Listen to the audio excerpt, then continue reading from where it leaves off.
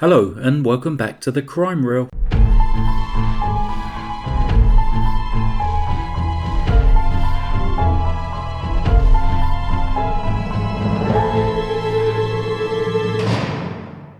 For today's true crime narration, we'll be taking a look at the heartbreaking case of a young lady by the name of India Chipchase. A horrifying crime, the start of which was recorded on CCTV as she was approached by and led away by a man who claimed that he would keep her safe. 20-year-old India Chipchase was a bright young woman who, in 2016, was living and working in Northampton, England. Her mother, Sue, described her as someone who could light up a room whenever she walked in. India was a sports enthusiast and a fan of her local rugby club, the Northampton Saints. She was studying to become a paramedic while also working shifts at a local bar to help cover the cost of her living expenses. On January the 29th, 2016, she went out with some friends for a night out to help forget her struggles with her on-again, off-again boyfriend, Grant Hare. Her friends noticed that she seemed upset and that she was drinking quite heavily. Around midnight, India decided that she wanted to go home. She left her friends at the club and went to get a taxi. The security guard at the club helped her find a cab, but when the taxi driver asked for the fare up front, she became very upset and got out of the vehicle. India tried to get back into the club to rejoin her friends, but as she was already very drunk, security wouldn't let her back inside. CCTV footage of India outside the club showed that she was very upset. She was crying and trying repeatedly to call her boyfriend. However, Grant's phone had died and he didn't receive India's texts or voicemails until much later when he returned home and was able to recharge his phone. Outside the club at around 1:15 a.m. on the 30th of January, India was approached by a man named Edward Tenniswood, a 52-year-old bookkeeper who was later described by his landlord as a loner and an oddball by his own lawyer. In the CCTV footage, Edward can be seen walking past India, watching her trying to use her phone.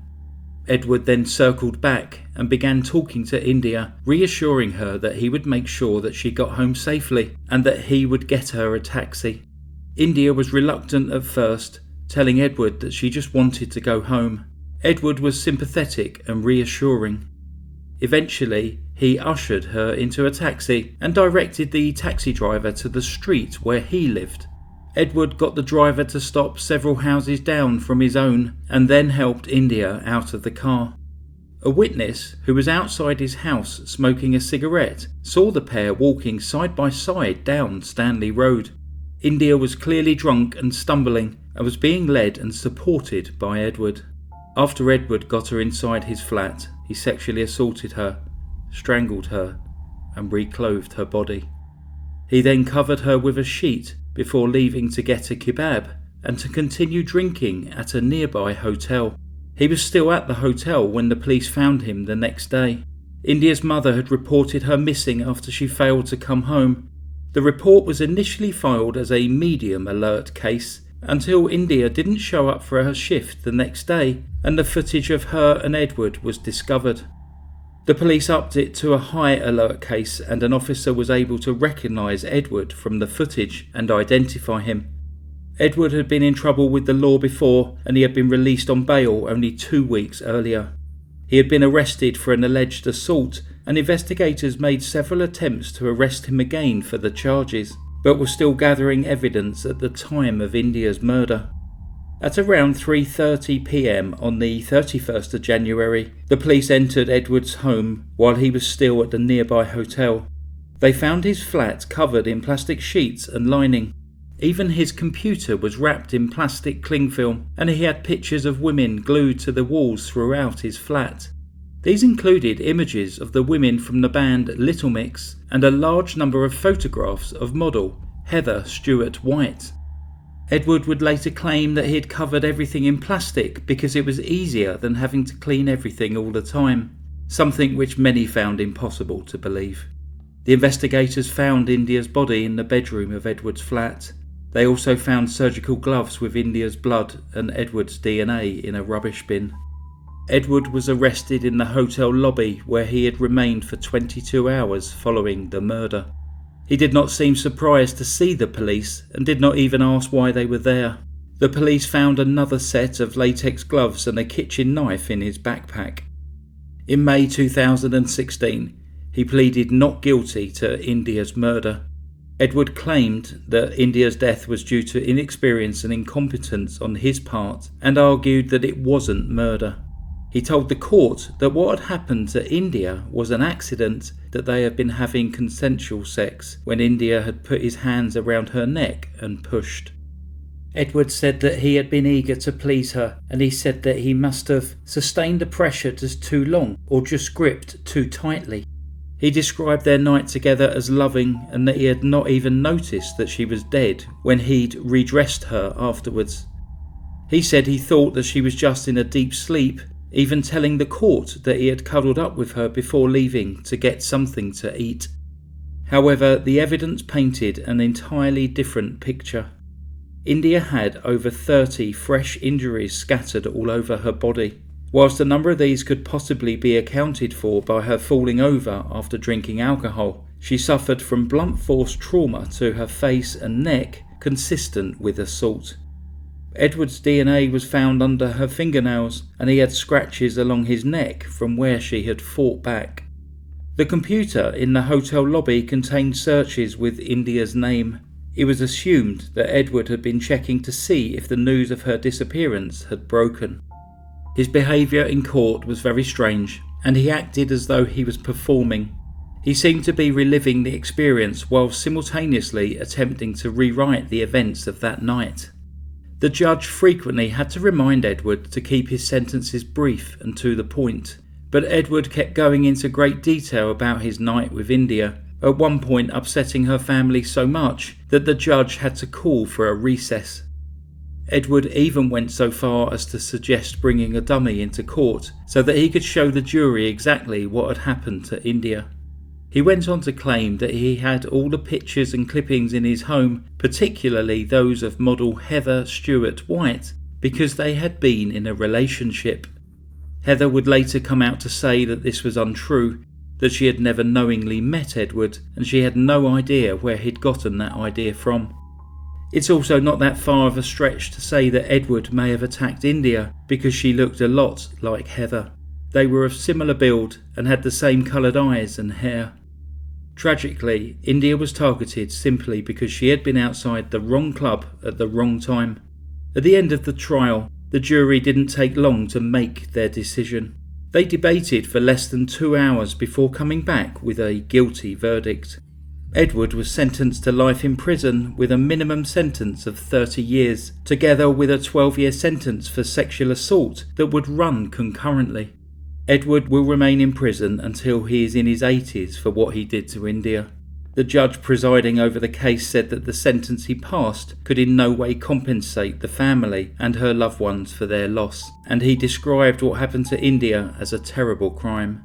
He said, "It was committed because the defendant was determined to satisfy his own sexual desires on an attractive and much younger woman. It was a crime of utter depravity." He also said that Edward had picked India out because she had been obviously so drunk she was unable to care for herself. Whilst Edward still claims that what happened was an accident, it is clear to all involved that it was anything but. India's mother, Sue Chipchase, has set up a volunteer group called the Northampton Guardians, which was formed to provide support to people on a night out. The Guardians rely on public donations alongside the volunteer hours of its team to help keep the streets safe. They are working to ensure that no other family will have to endure the pain that India's family have suffered. I've included a link to both their Facebook and Just Giving pages in the comments section below in case any of you would like to take a look at the amazing work that this charity is completing or make a donation to help support them in the future. That concludes today's case. Thanks for listening to the extremely sad story of India Chipchase. After covering this case, I've decided to make this a longer video by including some other additional cases of crimes against women. So here's case number 2, Joanne Nelson. Joanne Nelson was a 22-year-old lady from Yorkshire in England. She was the eldest daughter born to Charlie and Jean Nelson, who went on to have 2 more children, Katie and Janie. Joanne was a civil servant working in the local job centre. She was popular and had a good circle of friends, many of which she had known since her school days. She was good at sports, enjoying netball, rounders and swimming, and she was also very keen to travel. Joanne was close to her family and described by those who knew her as kind and considerate, and that everyone she has ever known has only positive things to say about her. Joanne had been living in the Cottingham area of Hull with her fiancé, 30-year-old Paul Dyson, with whom she was said to be besotted for about a year. The pair were planning to marry in 2006 and were busy saving for their wedding and honeymoon to Mexico. On the evening of Valentine's Day 2005, Paul called the police to report Joanne missing. In the 14-minute phone call, he said that he had last seen her at around 6:30 a.m. that morning. The pair had woken early and exchanged Valentine's cards before Paul kissed her goodbye and left to go to his job as a wood machinist. When he was asked if there had been an argument between the pair, he replied, "No, nothing like that." Joanne's Renault Clio was found unlocked outside their home. Joanne's mother, Jean, said that Joanne's disappearance was very out of character, adding that she is very close to her family and wouldn't do anything to upset us. It was established that a white 3/4 length coat, suede boots and a black handbag belonging to Joanne were missing from her home. With Joanne failing to call her sister to wish her a happy birthday and also missing a friend's father's funeral, fears for her safety escalated still further. The police tried to establish what Joanne had been doing in the time leading up to her disappearance. She had been with her parents and sisters on Saturday the 12th of February. Then, on the 13th of February, Paul told how the 2 of them had spent a quiet day together, going for a drive into the countryside, then, despite the wind and rain, going for a walk and having a picnic. They returned home and spent the evening watching television. The police began searching the area around Joanne's home. Helicopters were brought in with heat-seeking equipment. House-to-house inquiries were made. CCTV analysed and outbuildings, waterways and wasteland was searched. On the 16th of February, Paul broke down in tears as he described his fiancée to the cameras, saying, "I love her to bits. I just want her back. She was always smiling. She had not got a bad bone in her body. I just want to know where she is," adding that, "I got up early on Valentine's Day. We swapped cards. I gave her a kiss and a cuddle. I pulled the cover over her so she could get her head down for another hour or so. I kissed her goodbye and went to work. That was it until I got home from work and she was not here. I had a quick phone around. If she disappears to her friends or anywhere, she lets me know. I just pray she is all right. There is no way I would do anything to harm her, and I don't know anyone who had a grudge." However, watching Paul's performance, the words that he had chosen, his eyes being kept tightly shut to squeeze out tears, was a detective superintendent, Ray Higgins, who also noticed 2 crescent-shaped cuts on Paul's thumbs. The detective knew that these were textbook throttling injuries, self-inflicted during the act of strangulation. Meanwhile, Joanne's parents released more photos of their happy-go-lucky daughter in an effort to gather more information from the public. They were simply desperate for their daughter to come home. There had been no positive sightings of Joanne, and her mobile phone and credit cards had not been used. Then, on the 18th of February 2005, Paul was arrested on suspicion of murder. He was interviewed at length whilst the search for Joanne continued. On the 20th of February, the police were granted a 36-hour extension by magistrates to continue their questioning. The police sealed off Joanne and Paul's home to complete forensic tests, and a computer was seized. They also examined the unnamed beauty spot close to a church near the Humber Bridge that Paul claimed the pair visited on the day before her disappearance. On the 21st of February, with still no sign of Joanne, Paul was charged with her murder. Details of Paul's past began to emerge. How many of these details that Joanne was aware of is unclear. Paul's father, Peter Dyson, who Paul idolised, had been jailed for 6 years prior to Paul's birth for the manslaughter of a man in Barnsley. When Peter was 22 years old, he stabbed a man by the name of John Dickinson to death with a kitchen knife during an argument over John's friendship with Peter's wife. Then, when Paul was just 2 days old, his father was involved in a fatal hit-and-run. 47-year-old Gordon Kell, a father of 7, was walking home with his family after celebrating his silver wedding anniversary. Peter was on his way home from visiting his infant son in hospital when he struck and killed Gordon before fleeing the scene. He escaped prosecution for this offence. Paul's father died of a heart attack in 2000 at the age of 55. Paul was said to be deeply affected by his death. The same year, his only child, Chloe, was born. Paul was married to Chloe's mother, Jenny Clark, for around 18 months. Paul was abusive during the marriage, on one occasion throttling Jenny until she passed out. Paul had few qualifications and worked in a number of low-paid jobs.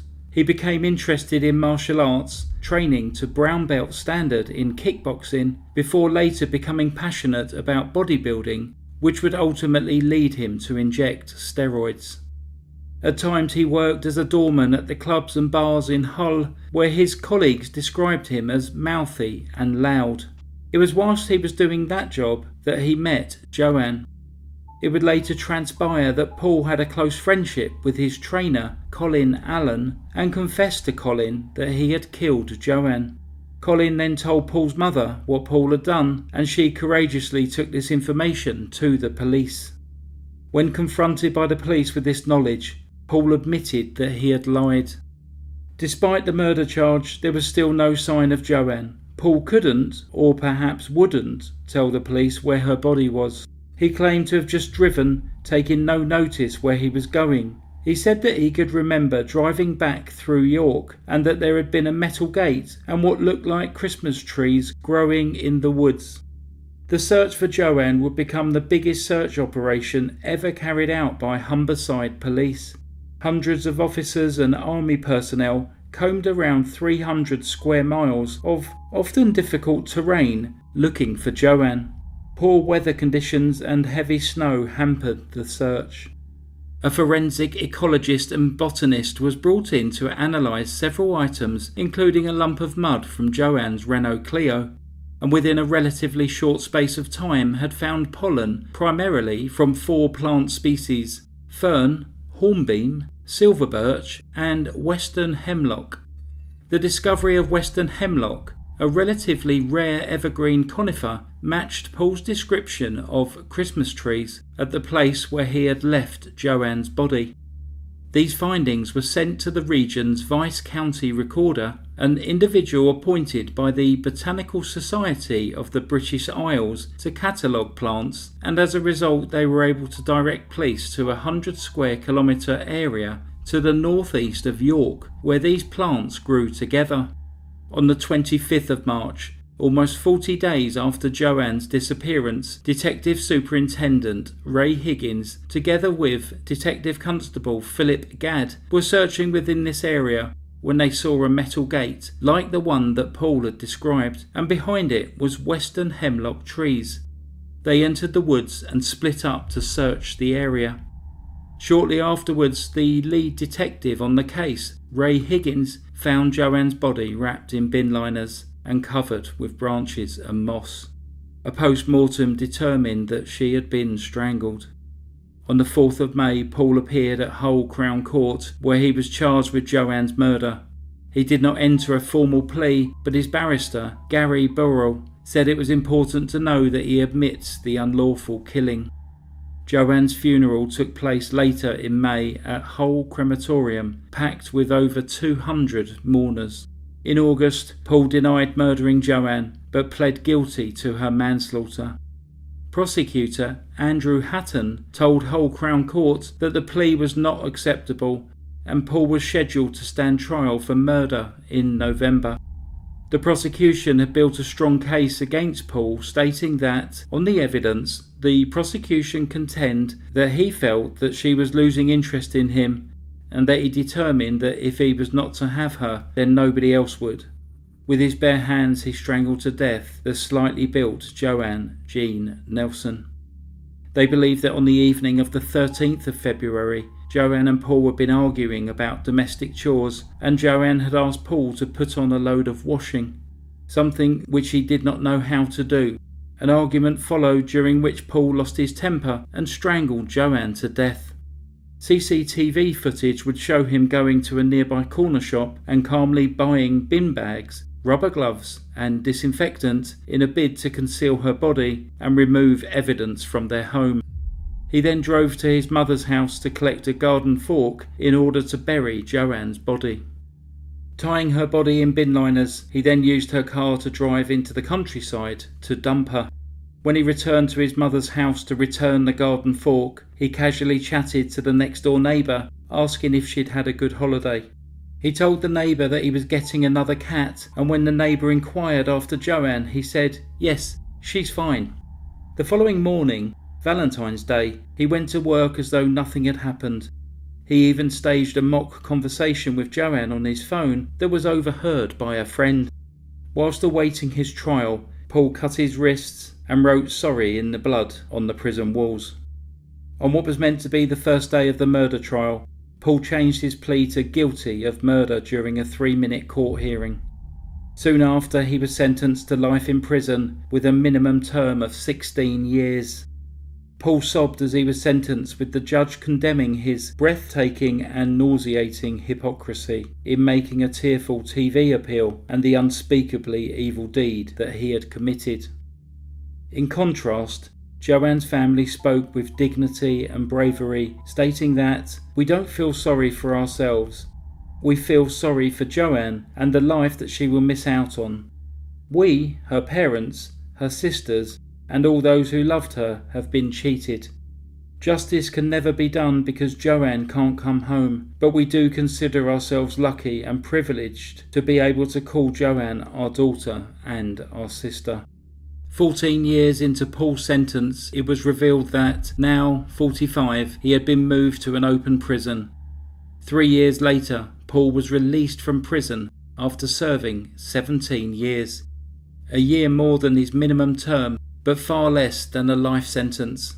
Which leads me to the question, should a life sentence mean life? I'd love to hear your thoughts on this case in the comments section below. For today's true crime narration, we shall be looking at the case of Amanda Zhao Wei, and she is often referred to as just simply Amanda Zhao, and her family's subsequent fight for justice in an unprecedented case that linked China and Canada. Amanda was born in the People's Republic of China in 1981. She was the only child of Yang Baoying and Chao Zixun. Amanda's family did not have much money, but her parents worked hard to provide their daughter with the best possible life and options for her future. They spent their life savings in order to send their daughter to Canada to study as part of a student exchange program. On the 31st of July 2001, Amanda flew from Beijing to Vancouver, where she was to study English at Coquitlam College in Vancouver. During her time there, 21-year-old Amanda met and began dating an 18-year-old man by the name of Ang Lee. Lee was also from China and was in Vancouver studying computer science at Simon Fraser University. Lee came from a wealthy family. His father worked for the Chinese government as a high-ranking military official in Beijing, and his mother worked in the entertainment industry. Although details of Amanda and Lee's relationship are scarce, the couple began living together after dating for a few months. Together with Lee's cousin, Chang Han, the three students shared a tiny basement apartment on Sherlock Avenue in Burnaby.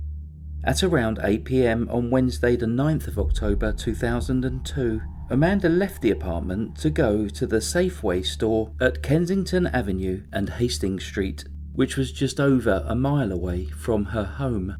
However, she did not return. Lee tried to call her multiple times, but to no avail. After several hours, he became extremely concerned and decided to notify the police. He called the 911 emergency line at around midnight, but was told to call back on a non-emergency number. So, following those instructions, when he did so, a civilian employee advised him to wait for 24 hours and then call back if necessary. When Lee called again the following evening, a constable was immediately assigned to the case, but it would be another 6 days before details of Amanda's disappearance were made public.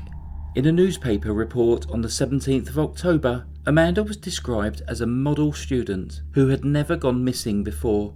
She didn't use drugs, she rarely drank, she didn't gamble, and she didn't even go out at night, and had no association with gangs. Concerns for Amanda's safety began to rise, with the police admitting that they had dropped the ball by not getting her picture and details made public earlier. The police faced extensive criticism for how the investigation was handled, particularly because Amanda had disappeared just hours after the attempted abduction of a 38-year-old Korean woman in the same area. Lee made a tearful plea to the public, and he stated that he blamed himself as he had not driven her to the supermarket that night. 3 days later, on October the 20th, 2002, a couple of hikers walking by Stave Lake, which is located about 40 miles east of Vancouver, came across a suitcase. They went to investigate, and as they approached the suitcase, they detected an unpleasant smell before discovering a woman's body inside. They notified the authorities, and it was soon confirmed that the body found in the suitcase belonged to 21-year-old Amanda. Her autopsy later revealed that she had died of strangulation. Within 3 days of Amanda's body being found, her boyfriend, Lee, suddenly decided to return to China. He said that he needed to extend his visa and would be returning to Canada once this had been arranged. The Royal Canadian Mounted Police detained him at the airport and briefly questioned him before allowing him to continue with his journey. It was reported in the press that he was not a suspect. A public memorial attended by over 200 people took place on the 3rd of November at the Vancouver Art Gallery, and 2 trust funds were set up in Amanda's memory to assist her parents financially. The toll of Amanda's murder had made both her mother and father ill, and they had both been admitted to hospital in Beijing for tests and monitoring. 2 days after being discharged from hospital, Yang Baoying, Amanda's mother, arrived in Vancouver.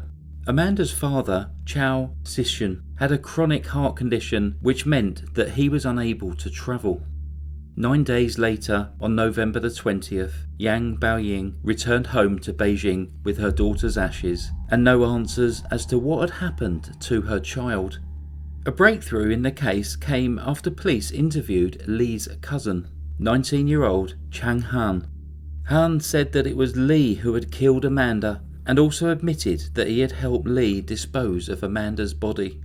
Han was charged with being an accessory after the fact and released on 90,000 Canadian dollars bail.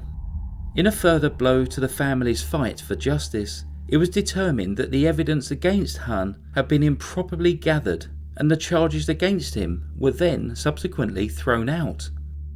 On May 12, 2003, 7 months after the murder and Lee's return to China, the Canadian police issued a warrant for his arrest. Lee was charged with second-degree murder in absentia by the Canadian government. However, it would take more years for the police and governments to agree on his prosecution. This was an unprecedented case, and drawn-out negotiations between the two governments would add to the devastation that Amanda's parents felt at the loss of their only child. In 1994, 8 years before Amanda's murder, Canada and China signed the Treaty on Mutual Legal Assistance in Criminal Matters. This treaty actually meant that the two countries would grant each other mutual legal assistance in criminal matters and could share documents, obtain statements and provide evidence, as well as transferring material evidence and providing criminal and court records to assist in criminal proceedings. Even though China and Canada had agreed to share such information, and cooperate according to this treaty, there is an exception. In the event of the possibility that someone could be executed for their crimes, Canada could refuse to provide legal assistance, since the death penalty is prohibited by Canada's domestic laws. If Lee was convicted of Amanda's murder in China, he would face the death penalty, and as such, Canada was unwilling to share information and evidence related to this case. Rather than provide the Chinese police with evidence, the Royal Canadian Mounted Police requested Lee's extradition back to Canada. This request was rejected. In 2007, Amanda's family sent a letter to the Department of Justice in Canada in which they stated, "We lost our only daughter. 5 years are gone and justice still isn't served. Is this fair? The two old people are still in extreme pain, so painful that we don't want to live on. Every day is a torture. If the same thing happened to you, would you be able to take it? I beg you, tell us your timeline or agenda on this case so that at least we know something. Don't let us wait forever." A year later, in 2008, Amanda's parents and her cousin Lee Junjun travelled to Vancouver to continue their fight for justice and to get an update on the case. The Royal Canadian Mounted Police apologised to her parents about mistakes that had been made during their investigation, and on October the 9th, 2008, which was the 6th anniversary of Amanda's death, a memorial service was held commemorating her life. Jenny Kwan, a member of the Legislative Assembly, apologised to Amanda's parents and said, "The court system here and the police system failed the Zhao family. There is no mistake about that." Ang Lee was allowed to leave the country and fled back to China. His cousin, Chang Han, was charged, but there were complications with not following the proper procedures, and as a result, that case was thrown out of court. Those were hard lessons for the RCMP, and more dramatically, hard lessons for the family. The Chinese authorities were committed to bringing the suspected killer to justice, but needed the cooperation from Canada. In March 2008, a political consensus was reached, and the Canadian files were shared with the Chinese police, with the assurance that Lee would not be executed if he was found guilty. However, due to Lee's family connections, he was represented by a top lawyer, and the case was delayed yet again. In 2011, 9 years after Amanda's body was found, Lee would finally go to trial in a Chinese court, but once again the process was far from quick or easy. This would be the first time that a crime committed on Canadian soil would be prosecuted in China. 2 days of testimony began on the 20th of September 2011. According to Amanda Zhao's parents, Lee and his family had shown no remorse, whereas Lee's parents claimed that their son was heartbroken by Amanda's death and that the pair had been in a loving relationship. When the evidence was presented, Lee's family allegedly stormed out of court, claiming that the evidence proved that their child was innocent, and then a long wait for a verdict followed. In 2012, according to the Globe and Mail, Lee confessed to the killing shortly after he was arrested in Beijing in 2009. However, he claimed that he had accidentally suffocated Amanda during a pillow fight. He initially thought that Amanda had fainted, but then realised that she was dead. Lee's mother defended her son, claiming that the confession was obtained under unimaginable torture by the Chinese authorities. However, Amanda's autopsy did not support this version of events, as she had died from strangulation and was found with bruises and marks on her neck. On the 27th of September 2012, over a year after the original evidence was presented at trial, it was finally reported that Lee had been found guilty of intentional homicide and sentenced to life in prison. Almost 10 years after Amanda's murder, her parents finally saw the man responsible for their only child's death brought to justice. However, the family's relief was short-lived. On the 30th of June 2014, Lee's conviction was downgraded from murder to manslaughter by the Supreme Court of Beijing. This thereby reduced the life sentence to just 7 years. The appeal judges appear to have taken into account the fact that the two were supposedly in a loving relationship and that it was a pillow fight that had gone wrong. This change to Lee's conviction and sentence was extremely controversial, as the Supreme Court ruled without any new evidence being presented.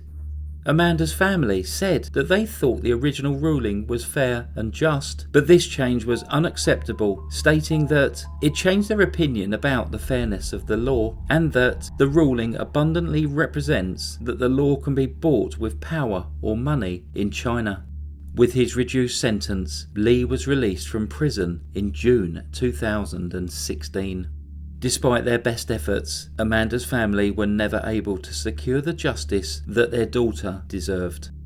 That concludes today's story. Psst! Canada and China are almost the same size in square kilometres. They do have a slightly different population, however. Canada has 38 million, whilst China only has 1.4 billion. Yeah, billion. Goodbye.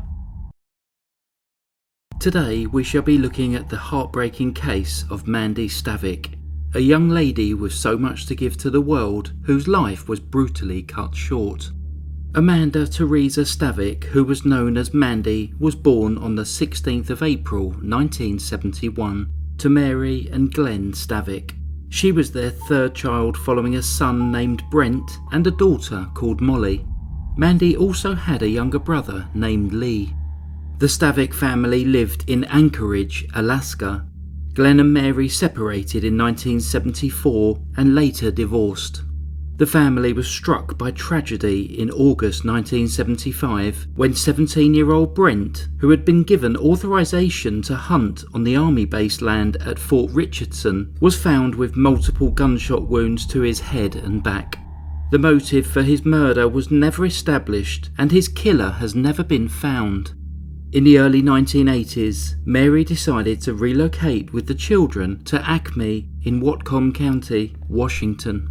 Glenn had remarried and remained living in Alaska. Acme is a tiny rural community located approximately 15 miles east of Bellingham. In the 1980s, the population was around 250 people. The Staviks moved to Strand Road, where the houses were set on large plots in this picturesque, tranquil setting. With beautiful countryside all around, a virtually non-existent crime rate, and a tight-knit community, it was a beautiful place to live. The mother, Mary, started a job as a school bus driver, and similar to most other teenagers in the area, Mandy attended Mount Baker High School in nearby Deming. She was popular, kind, and soon became one of their star students. No matter what the class or activity, she always gave it her all and was a high achiever. She was an honours student, spoke Japanese, and was fluent in sign language. She played the clarinet, flute and saxophone, as well as being a keen sportswoman. She played many different sports, loved running, and represented her high school in basketball.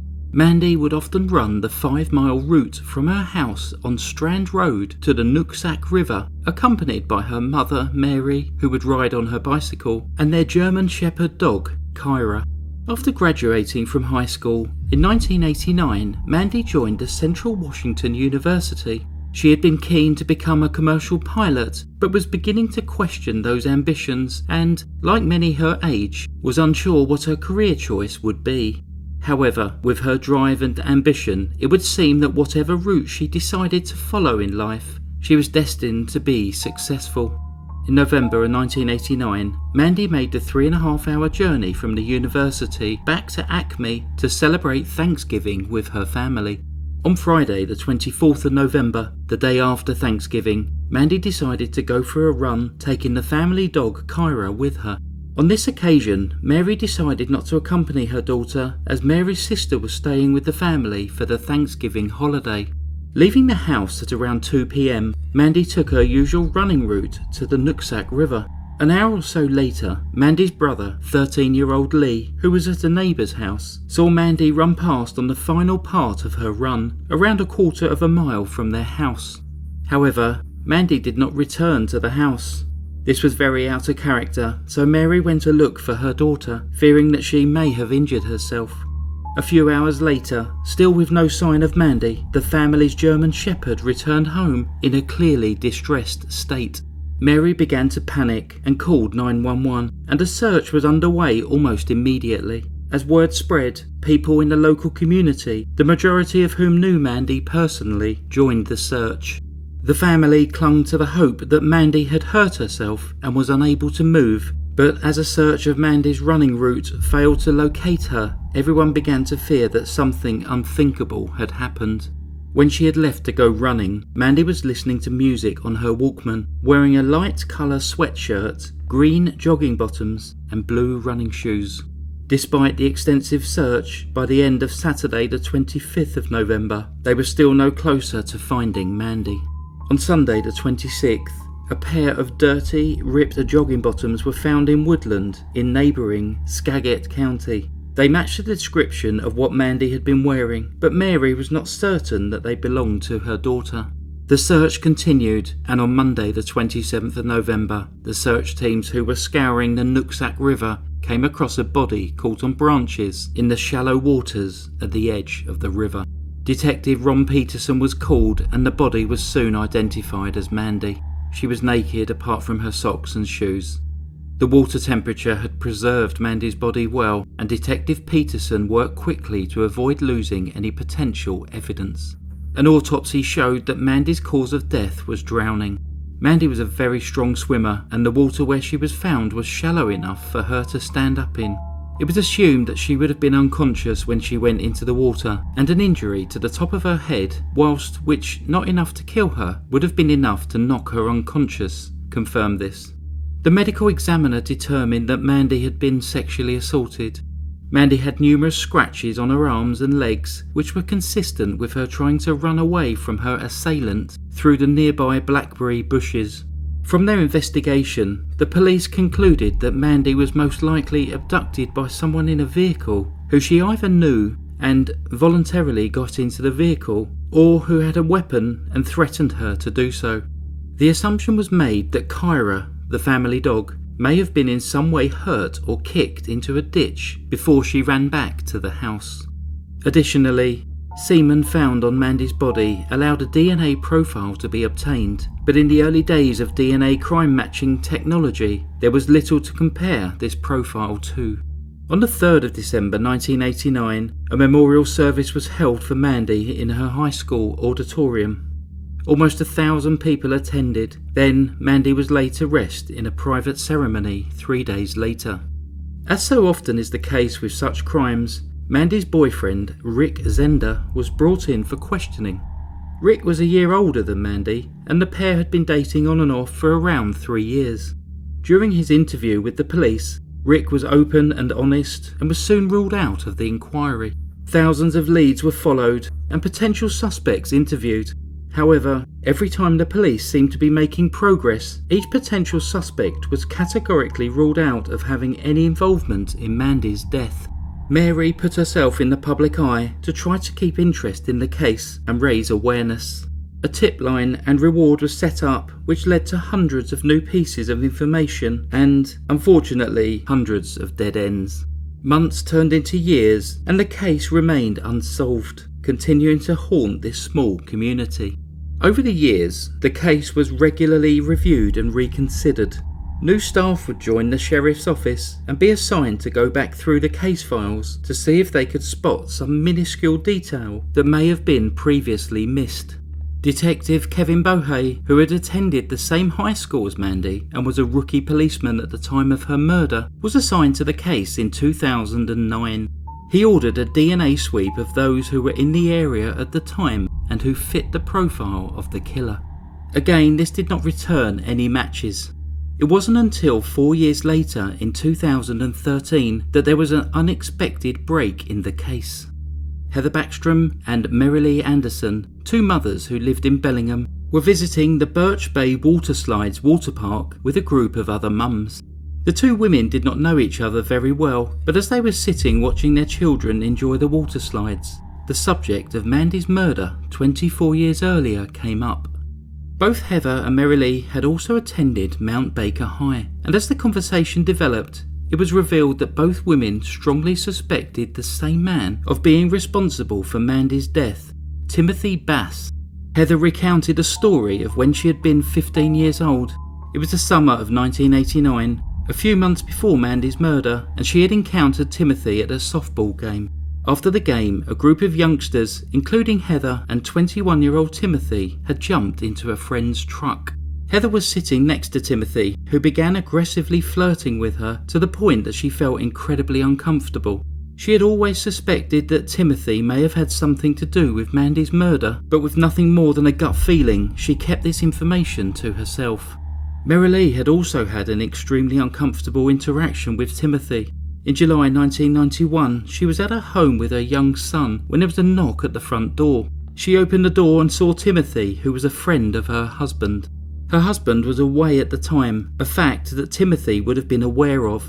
Timothy said that he had been out hunting and needed to call his wife and asked if he could borrow Mary-Lee's telephone. She let him in the house, but became uncomfortable when he pretended to dial his wife, but Mary-Lee could overhear the phone beeping. Timothy then walked through the kitchen and into Mary-Lee's bedroom, stating that he often drove past her house because he was in love with her and wanted to make love to her. Mary-Lee demanded that he left, but he refused. However, when she threatened to call the police, Timothy left the house. Similar to Heather, Mary-Lee had suspected that Timothy may have been involved in Mandy's death, but without any evidence, she was reluctant to accuse someone, particularly in such a small community of people. Gaining confidence from each other, the two women decided that they needed to speak up and contacted the police about their suspicions. The police began to investigate Timothy Bass. Now 46 years old, Timothy had been 22 at the time of Mandy's murder. In 1989, he had been living with his mum, dad and younger brother Tom on Strand Road, a short distance away from Mandy. Tom had been friends with Mandy, but Timothy was not in their social circle. At the time of the murder, the family, who were well liked within the local community, were not interviewed. 6 weeks after Mandy's murder, Timothy had spontaneously married his high school girlfriend, Gina Malone, and moved out of the area. By 2013, the couple had 3 children, and Timothy worked as a delivery driver for the Fran's bakery outlet in Bellingham. The police decided to visit Timothy to ask him to give a voluntary DNA sample. This was not unusual, as dozens of men had been tested over the years. When they arrived at Timothy's house and asked if he knew Mandy Stavik, he initially claimed that he did not know anyone by that name before suddenly seeming to remember and asking, was she the girl who had been murdered? This immediately set off alarm bells with the police, as even after so many years, everyone in this small community remembered Mandy's murder. When asked to give a DNA sample, Timothy refused. He claimed that he had watched many true crime shows and as a result did not trust the police with his DNA. He immediately became the prime suspect in Mandy's murder, but with no evidence nor DNA, there was little that the police could do. There was insufficient grounds to get a warrant to compel a DNA sample, so the police decided to make contact with Timothy's employers, Fran's Bakery, in an attempt to get a sample of Timothy's DNA. However, the bakery refused to allow investigators access without a warrant or subpoena. Once again, the investigation had hit a brick wall. Now convinced that they had identified the murderer, the police continued to gather information on Timothy. They discovered that his wife, Gina, had taken out a domestic violence protection order against Timothy in August 2010 and had initiated divorce proceedings. In the court filings, she alleged that Timothy was both physically and verbally abusive to both her and their 3 children. The filings also detailed how she was scared of her husband, stating that he would often watch cold case true crime television shows and make comments like, "I wouldn't get caught because I'm not that stupid," and "it would be easy to get away with it." However, within 2 months, Gina had rescinded this order. In 2017, the police attempted to complete a further DNA sweep of the area. Once again, Timothy refused. Again, the police contacted the bakery and on this occasion spoke to the manager, Kim Wagner. When they questioned Kim about Timothy, she told them that he was a strange man who angered easily. She said that he had a clear disregard for women, never calling by her name but addressing her as a woman. As the conversation progressed, Kim realised that the police were investigating Mandy's murder and volunteered to get them a DNA sample. However, Timothy was incredibly careful. He never smoked, littered, and always wore gloves. It took 3 months before Kim saw him discard a plastic cup and Coca-Cola can. She grabbed the items and hid them in her desk before handing them over to the police. After a painstaking wait for the results from the State Crime Laboratory, detectives finally got the information which they had been hoping for. The DNA from the can and cup were a 1 in 11 quadrillion match to the DNA sample retrieved after Mandy's murder. I had to check what a quadrillion was. It is a number with 15 zeros. On the 12th of December 2017, Timothy was arrested in the parking lot at the bakery. When questioned, he denied having any form of relationship with Mandy, but when told that the police had his DNA, he changed his story. He claimed that he and Mandy had been having a secret relationship, accounting for the DNA found. On her 81st birthday, Mary was told that there had finally been an arrest for her daughter's murder. Timothy was charged with first-degree murder, but due to the statute of limitations, he could not be charged with Mandy's kidnapping or sexual assault. The judge set his bail at $1 million, so Timothy remained in jail until his trial. A legal dispute over the admissibility of the DNA evidence followed. Timothy's lawyers stated that the DNA had been obtained as the result of an illegal search because law enforcement are not allowed to use private citizens to obtain evidence without a search warrant. However, in August 2018, a judge ruled that the evidence was admissible because the co-worker had come up with the idea to collect the evidence herself and that she had never been asked to do so by the police. The case went to trial in May 2019. The prosecutor, David McEachran, who was 44 at the time of Mandy's murder, came out of retirement at the age of 73 to prosecute the case. He provided his services free of charge, determined to finally get justice for Mandy. The prosecution's case was simple. They stated that Timothy had abducted and sexually assaulted Mandy, and when she had attempted to escape, he had struck her on the head before drowning her in the Nooksack River. Despite initially stating that she was with her now ex-husband on the day of the murder, Gina testified against Timothy. She recanted her previous statement, stating that she had made it out of fear. Gina also testified that she had witnessed Timothy asking his mother to lie for him to provide an alibi, and that he had asked his mother to point the finger at his father, who had died several years earlier. Timothy's younger brother, Tom, also testified for the prosecution, stating that during the time that Timothy was under investigation, he had told Tom that he had slept with Mandy. Timothy had asked Tom to say that he had also slept with Mandy in an attempt to paint her in a bad light. Tom went on to say that Timothy had asked their mother to provide him with an alibi by stating that they were Christmas shopping at the time of the murder. Other witnesses were called, including Mandy's 82-year-old mother, Mary, and Mandy's boyfriend, Rick. They all testified that they had never seen Mandy and Timothy together. There were no pictures of them, letters between them, or evidence of any phone contact. And despite barely remembering who she was in 2013, Timothy was now claiming that they had been lovers. The defence, however, came up with an entirely different version of events. They stated that Timothy was not guilty of abduction, sexual assault, or murder. They stated that the overwhelming error in the prosecution's case was that they had ruled out many potential suspects on the basis of not being a DNA match. But if the DNA was due to prior consensual sexual relations, it was not an indication as to who the murderer was. They claimed that the level of pressure from the police investigation had caused Timothy to initially lie about his relationship with Mandy and attempt to fabricate an alibi. Timothy's mother testified that he was a good, hard-working son who never caused any trouble, and that she believed that the police were so desperate to get a conviction that they were targeting an innocent man. The trial lasted for 9 days before the 6 men and 6 women of the jury retired to consider their verdict. Was Timothy a cold-blooded killer, or simply a young man who had been having a secret affair with his neighbour? The deliberations lasted just over a day, and on the 24th of May 2019, 29 years and 6 months to the day since Mandy's murder, they returned their verdict. Timothy Bass was found guilty of first-degree murder. He displayed no emotion as the verdict was read out. 6 weeks later, on the 2nd of July 2019, Timothy was sentenced. Molly's husband addressed the court on behalf of Mandy's family, as Molly and Mary were too emotional to speak. Timothy also spoke. He once again claimed his innocence and stated that he had not received a fair trial. The fact that seemed to bother him the most was the allegation that he had tried to frame his dead father for the crime.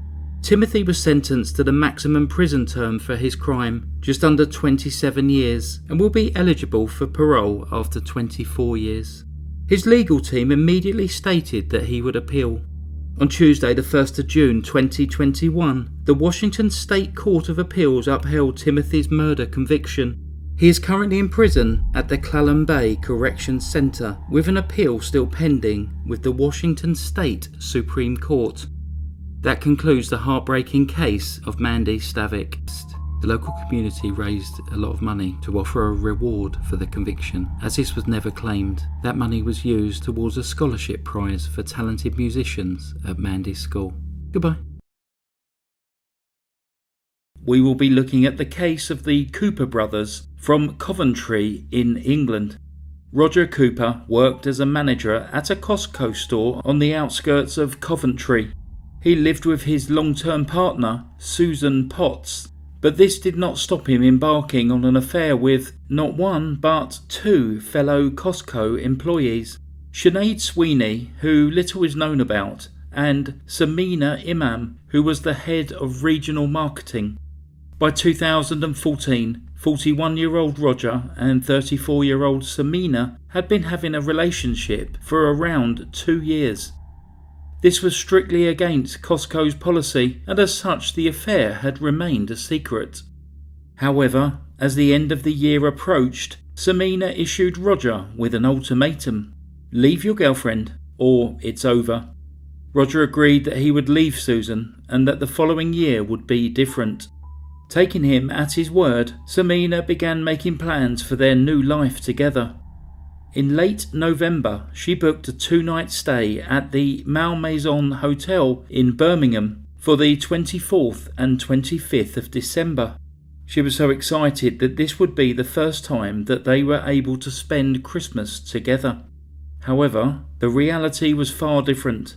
While Sameena was busy making plans for their future, Roger, who had no intention of leaving his long-term girlfriend nor jeopardising his Costco career, was making different plans with his 39-year-old brother, ex-soldier, David. The different plan was, how could they kill Sameena? Roger decided that she was a problem for him, and he wanted that problem solved. An initial plan was formed. Following a Christmas party, Sameena was staying at the Premier Inn Hotel in Solihull. David would hire a car and wait in the hotel car park until Sameena arrived for the night and then abduct her. The two brothers, both of them were Star Wars fans, communicated in Star Wars codes: Death Star complete, stay on target, you are expected, Vader.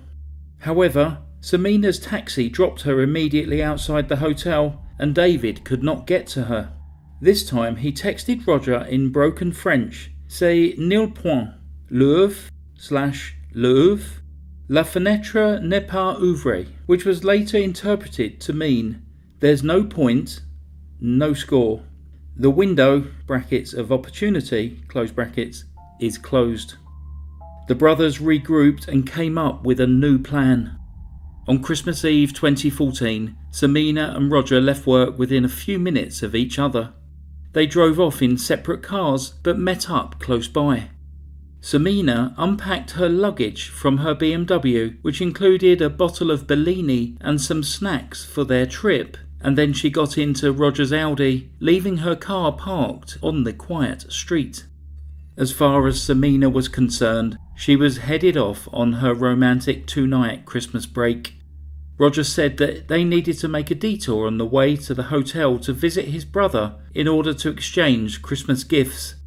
Sameena called her sister on the drive and confirmed that she would see her at their parents' home on Boxing Day, the 26th of December. The couple arrived at David's house in Hewenden Drive, Leicester, at around 5 p.m. It is believed that Sameena was attacked almost immediately. Both David and Roger were big men, standing at 6'5" and 6'7" tall. 5'2" Sameena didn't stand a chance. David poured chloroform onto a tea towel and held it over Sameena's face until she died. He had purchased a 200ml bottle of chloroform days earlier on eBay. He would later claim that this purchase never arrived after the details were confirmed via his eBay history. By 6:25 p.m, Roger was on his way back to Coventry, leaving David to dispose of the body.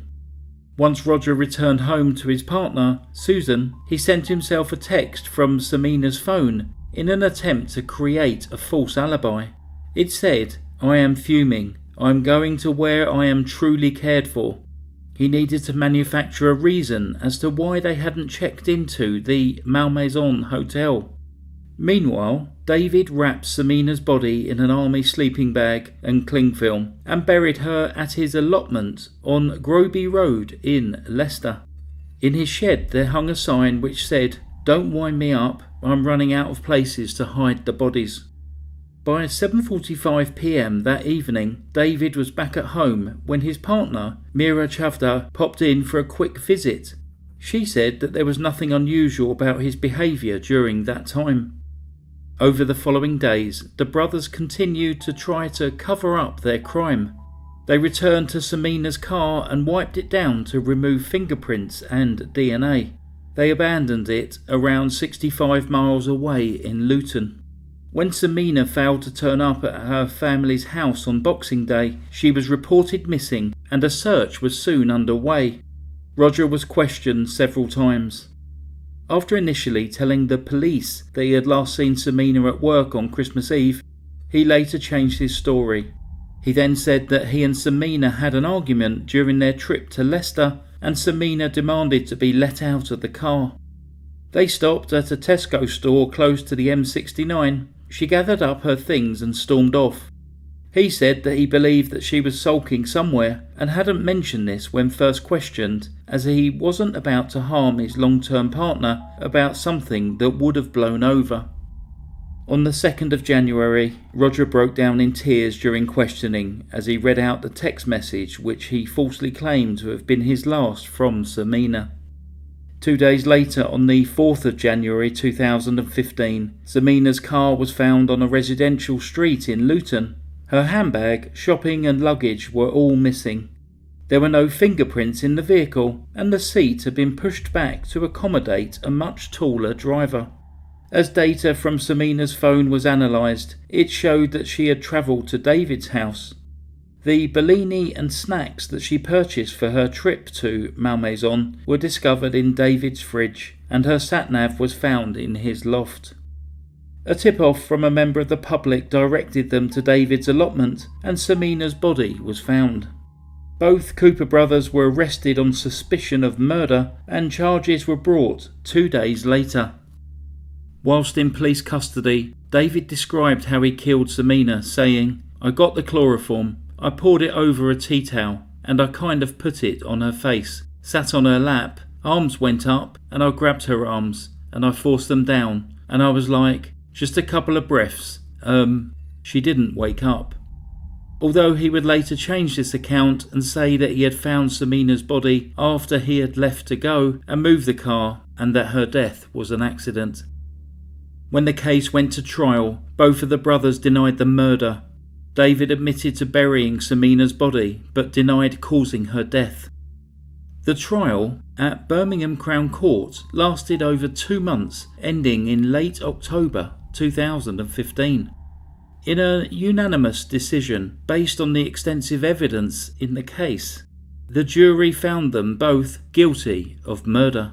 They were each sentenced to a minimum of 30 years in prison, with the judge stating, "The use of a poison in a case such as this demonstrates a cold-blooded intention to kill, regardless of the consequences. You worked together, hand in glove, in planning, and carrying out the murder of a joyful and bubbly young woman brutally betrayed by a man she loved and his brother. The detective leading the murder hunt described the killing as the most callous offence she had ever investigated. Most murders that occur are spontaneous events driven by anger or jealousy, whereas in this case what we uncovered was weeks and weeks of planning to kill Sameena. Numerous attempts on her life and a really unusual cause of death, said Detective Chief Inspector Caroline Marsh. Her father, Din, paid tribute to his daughter, saying, "Sameena was very special to me and my wife. I could talk for days about Sameena and what she meant to us and her sisters, brother, nieces, nephews, family and friends, and it breaks our heart that we cannot have her back home where she should be. As a family, we are absolutely devastated at the loss of Sameena. Nothing could have prepared us for hearing from the police that they believed that our daughter had been murdered. Thanks for listening to me. Stay safe. Goodbye."